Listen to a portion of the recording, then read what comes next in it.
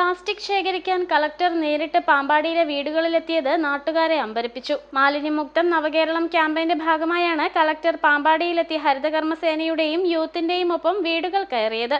വീടുകളിലെത്തി ജില്ലാ collector V Vigneshwari IAS വീട്ടുകാരിൽ നിന്നും പ്ലാസ്റ്റിക്കുകൾ ശേഖരിക്കുകയും മാലിന്യ സംസ്കരണ സംവിധാനങ്ങൾ നേരിട്ട് കണ്ട് മനസ്സിലാക്കുകയും ചെയ്തു. ഹരിതകർമ്മ സേനാംഗങ്ങളുടെ പ്രശ്നങ്ങൾ നേരിട്ട് മനസ്സിലാക്കുകയും അവരോടൊപ്പം ചേർന്ന് ഫോട്ടോ എടുക്കുകയും ചെയ്തു. പരിപാടിയുടെ ഉദ്ഘാടനം പാമ്പാടി പഞ്ചായത്ത് കമ്മ്യൂണിറ്റി ഹാളിൽ ജില്ലാ പഞ്ചായത്ത് മെമ്പർ അനുപമ നിർവഹിച്ചു. പാമ്പാടി പഞ്ചായത്ത് പ്രസിഡന്റ് ഡാലി റോയി അധ്യക്ഷയായിരുന്നു. ശുചിത്വ മിഷൻ ജില്ലാ കോർഡിനേറ്റർ ലക്ഷ്മി പ്രസാദ് സ്വാഗതവും ജില്ലാ പ്രോഗ്രാം ഓഫീസർ നോബൽ സേവ്യർ നന്ദിയും പറഞ്ഞു.